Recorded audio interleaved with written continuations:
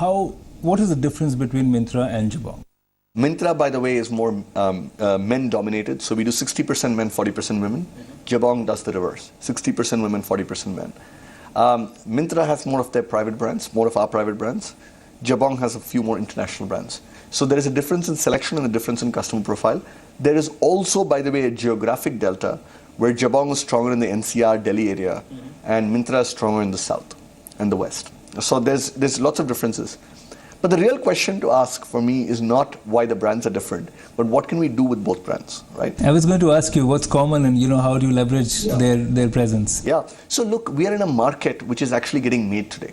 So just to give you some facts, right? The overall online fashion market is probably $2.5 to $3 billion, right? That represents a 2.5% online penetration. The market overall is $100 billion.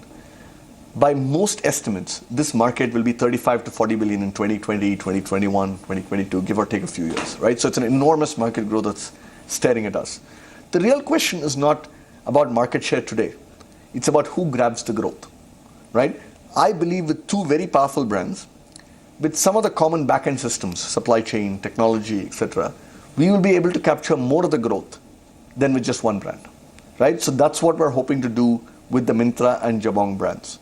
Of course, there will be some areas of synergy, whether it's supply chain, technology, etc. But in reality, the real question is, can we get to more customers through brands? The other thing, as we did our research, we found is that consumers do want choice. They look at a couple of platforms before they make it.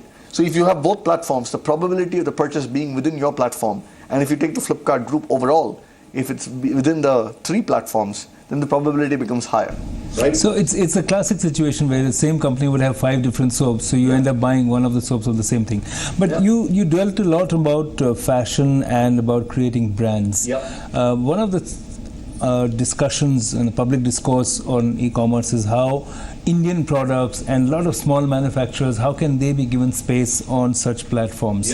And if I marry that to the idea of building brands, what kind of strategy emerges for you? So today, by the way, about 20% of Myntra is private brands. Actually, it's closer to 23% now. So I'll answer this in two parts. One is brands. The other is how do we support Make in India. On the brands, India is an unbranded market today.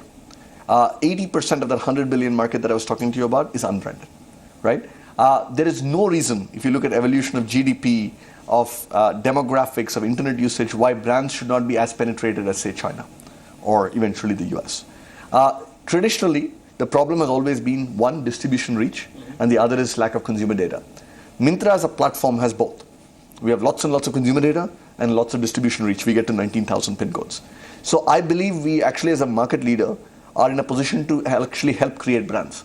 So we're doing a few different things. One is, of course, our own private brands.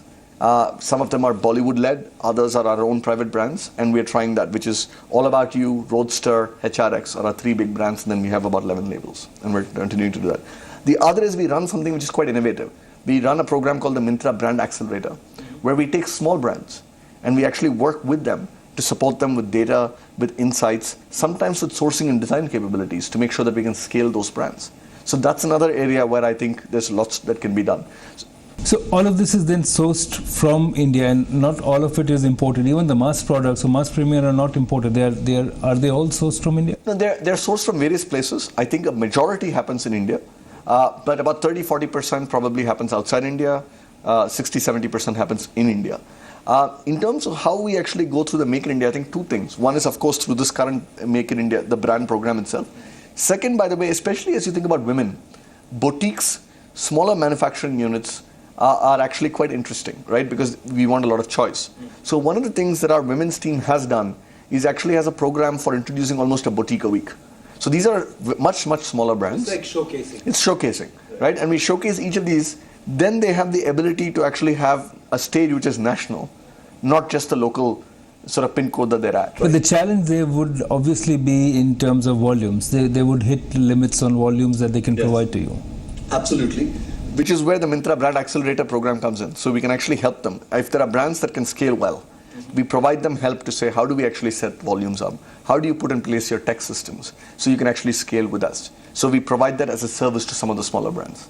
right, as they want to scale. The manufacturing and the supply chain business and the entire effort on that, how has that changed in the last few years, and how do you see that evolving? I mean, do you see any fundamental shifts taking place? Sure. Well, I think there have been some fundamental shifts, and then there will be more with GST. So let's talk about both, right? So one is, if I just look at supply chain in India, I think the infrastructure has evolved dramatically over the last year.